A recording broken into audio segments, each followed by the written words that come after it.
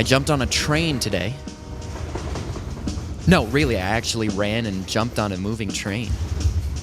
Doesn't that only happen in movies?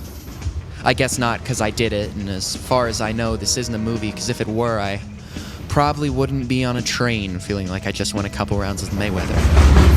Or, no, wait, is that the exact kind of thing that happens in movies? Well, it felt pretty real. I mean, it felt more like I was gonna crap myself if I didn't make the train, but still, it felt real. Then again, I would be lying if I said there wasn't that little bit of freedom. You know, like at one point it wasn't really up to me whether or not I jumped before the end of the platform, and either way, there was this really special moment when I was running just for the sake of running, but regardless, when I did get on the train, my heart was beating like hell, I was having a mild asthma attack, and I might have peed a little. So, camera rolling.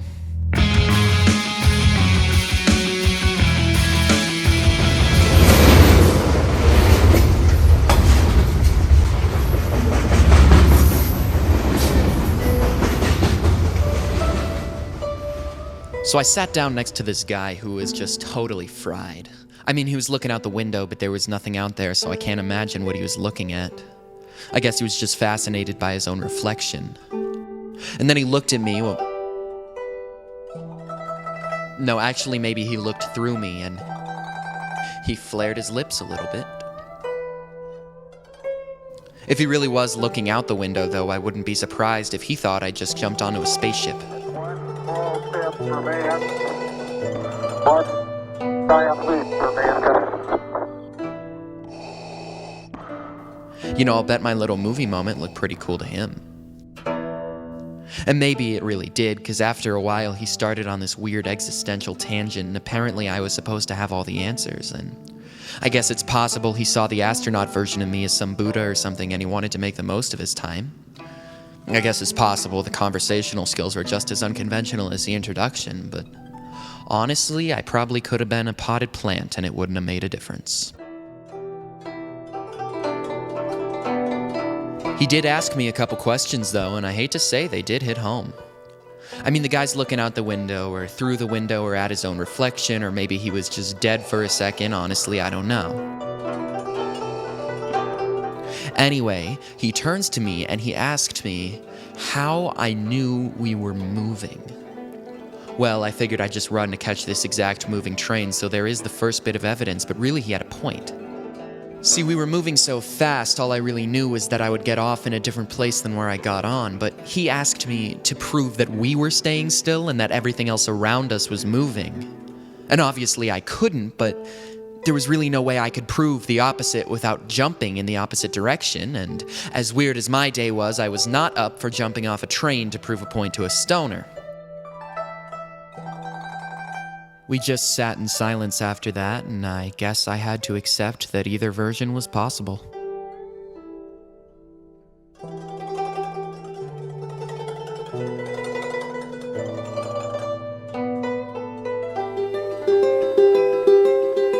See, that's actually a feeling that really pisses me off, though. It's this weird thing where I feel strongly about something. Obviously, the damn train was moving, but I can't articulate why. Like the other day, before I met her, I saw a beetle on the sidewalk. And this thing was huge, like the size of a silver dollar huge, and some guy I don't know walks up and he starts to check it out too.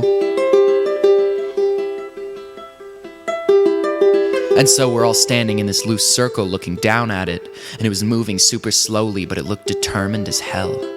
And so while this grandpa beetle's walking, the guy I don't know, he just steps on it.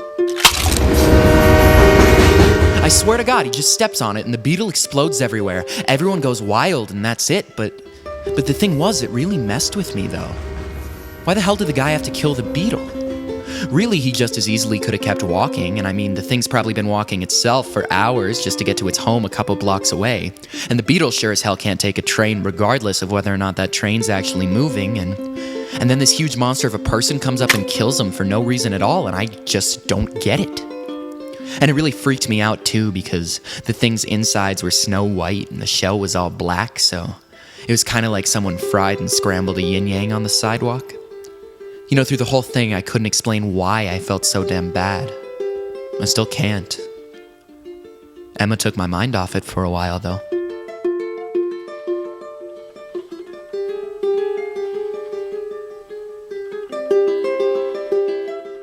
See, the beetle thing reminded me of her just now, so I guess in a way they're connected. No, I mean, Emma wasn't actually like Grandpa Beetle. She didn't get killed or anything, and if she did, I would have done a lot more than randomly hopping on a train at 1 a.m.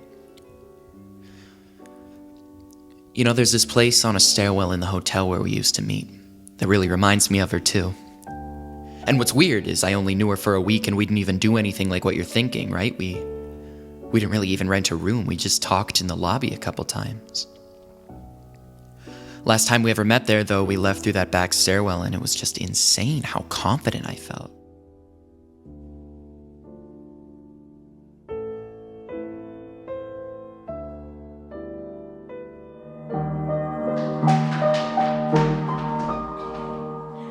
Like I stopped her at a curve in the stairs and I grabbed her hand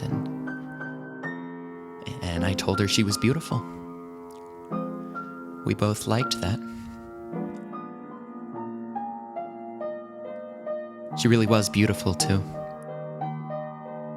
Yesterday, when Jeff and I met for coffee in the hotel, I left through that back stairwell again, and I wasn't thinking about Emma for the first time in a while, but I got to that curve in the stairs, and I swear to God it was surreal.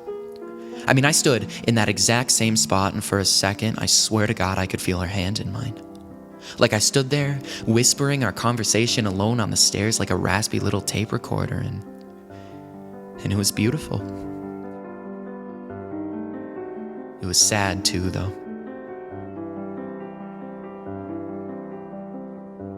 She wouldn't have crushed that beetle. You know, maybe it's weird how much I thought about her recently, but she reminds me of a lot of things, or I don't know, maybe a lot of things remind me of her. Like before that guy even made me think of the beetle, I was thinking about Emma. My little movie moment. Yeah, Emma felt pretty damn real, too.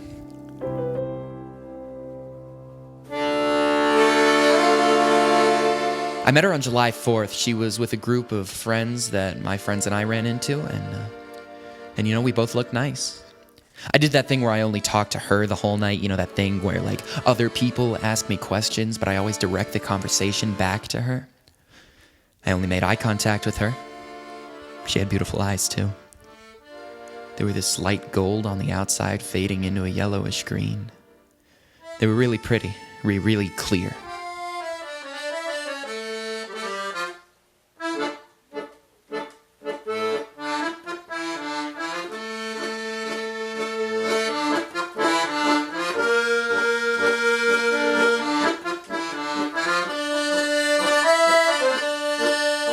And see, you know, my theory is if this were a movie, we would have kissed that night, right?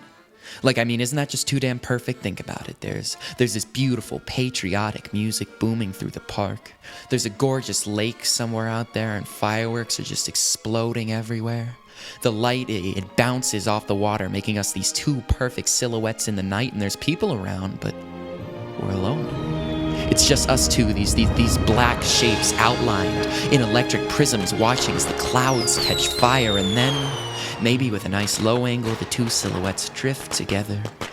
And then they merge at the top, ever so slightly linking, and the colors around them intensify. Maybe some Bob Dylan fades in afterwards.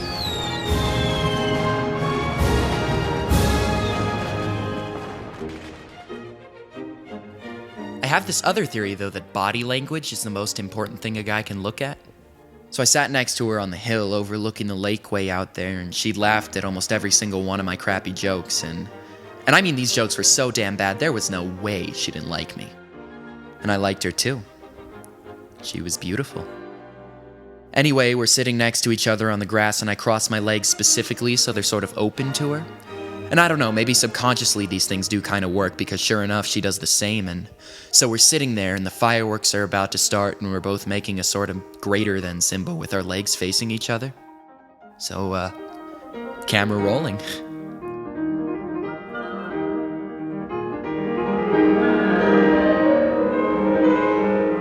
And then she killed it. I mean, she kept her hands under her legs the entire time. What a waste of film. And no, don't get me wrong. I mean, we still had a great time. Really, I loved the conversation, and we did enjoy each other's company, but everything Emma said, the way she said everything made it seem like she wanted me to move closer, but it looked like I couldn't move in.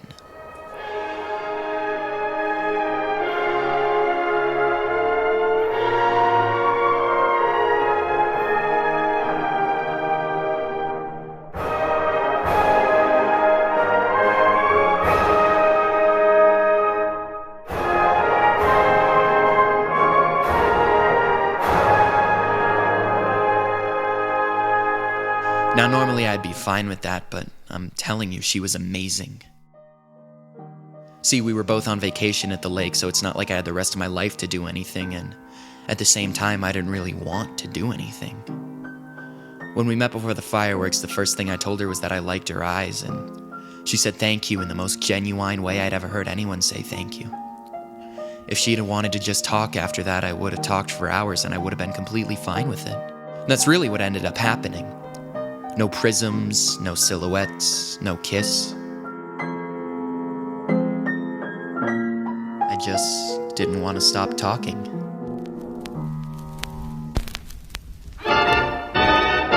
Yippee-yay, there'll be no wedding bells for today.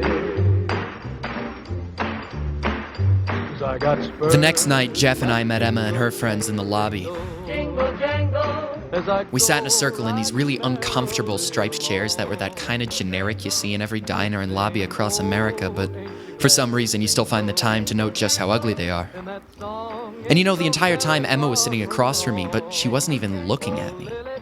So I tried the crappy joke tactic again, and it was almost like she was trying extra hard not to hear me. And it really made me hate the whole group conversation sort of vibe, so I tried to slink away afterwards, and I didn't say goodbye to her. Anyway, Emma's friend Jordan does this half skip, half jog kind of a thing to try to catch up with me as I was leaving, and she cut right in front of me, and she told me not to do anything with Emma. God, that made me angry. See, this whole idea actually of a middleman really pisses me off. Immediately, it makes me think of the beetle again. So here's another one I can't articulate. And you know, I think it's actually the same personality requirement for someone to kill the beetle. Like, that beetle did absolutely nothing, but someone out there thinks enough of himself that he finds it necessary to kill the thing, and I just can't comprehend how the hell that beetle affected anyone so much that they actually have to kill it for some personal satisfaction. See, the same thing happened with Jordan. She has to have this unbelievable sense of ego to throw herself in the middle of Emma and me, and the thing is, the beetle has to die. See, because if anyone else vacations in our moment, Emma and I get to watch our little yin-yang scrambled on the sidewalk, and, you know, really, regardless of however Jordan thought the situation should have turned out, I was choosing to think the train was moving. And I was willing to prove it. So Jordan gave me this long speech about how Emma had all these issues. She told me Emma was afraid of getting too attached to people who she thought couldn't stick around. And Jordan said it was better if we just stayed friends. Ridiculous.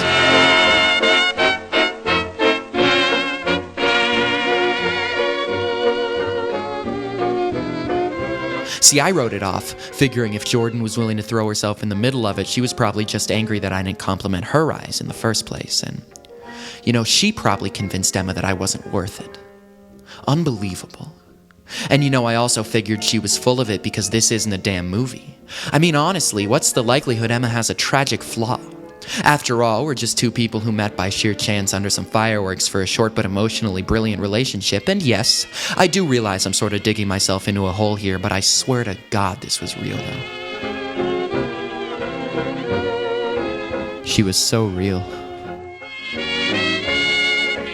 Anyways, I was absolutely convinced that Jordan was out to screw me over, so I walked back to the group and I plopped myself down quite forcefully in an ugly chair, and you know, I was going for the biggest entrance, bigger jokes, biggest ego approach, but by the time I got back, though, pretty much everyone else was leaving, so I directed the blunt force of my testosterone, spite, and stupidity directly at Emma. Remember what happens when a cartoon character walks off a cliff? I didn't realize anything was wrong until I looked down. Or I looked up, I guess. We made eye contact for the first time in a couple hours, and I fell. She was smiling, all right, but I could see her holding back tears. Those eyes were so clear, and I saw a lot of pain. They were still beautiful, though. I guess she did like me, and she was just scared of getting attached. God, it was amazing. That feeling, where you want someone who wants you back. I'm kind of glad I can't articulate that one. It's beautiful.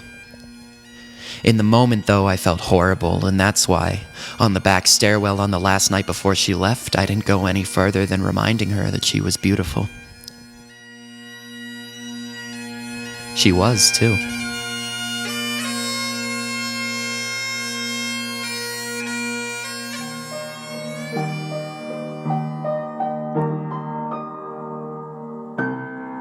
I thought that night on the stairs was the last time I would ever see Emma. The last time I would have the pleasure of hearing her laugh at the worst jokes imaginable, and I was okay with that. I would have been okay with just talking. The next morning, though, I figured it would probably be nicer to think about her over a breakfast crepe than it would be to sit in my bed and replay the past like a pathetic little tape recorder. It was really nice and warm by the time I finished eating. Everything normally green was a kind of sweet yellow, and everything normally blue got a little bit lighter. It was that really amazing time of day where no one's still groggy from waking up, but no one's getting tired of the afternoon either. When I was walking back, I felt like that damn falling cartoon character again.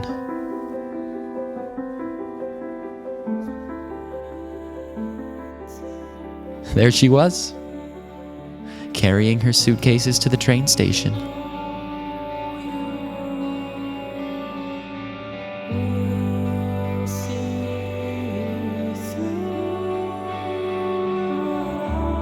Unbelievable.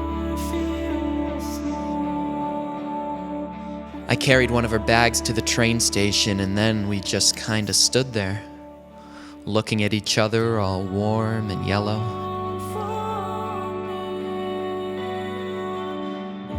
She hugged me for a really long time, and she told me how amazing it was to have met.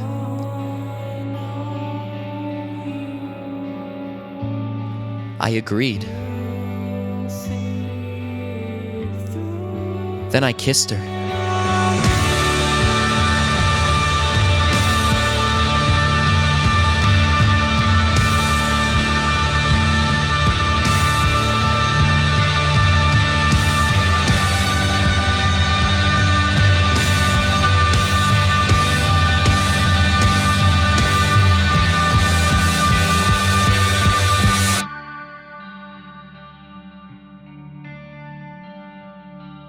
I looked into those absolutely beautiful eyes for the last time, and maybe Bob Dylan should have faded in, but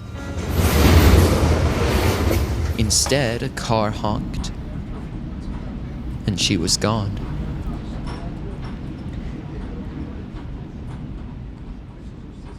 Maybe that beetle died because everyone's story ends as it should. Maybe I got on the next train after her because there's just nothing else I can do.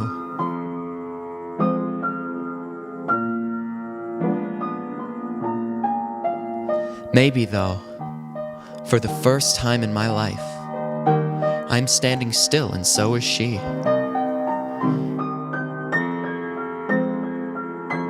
And everything else is just moving too fast for me to tell the difference.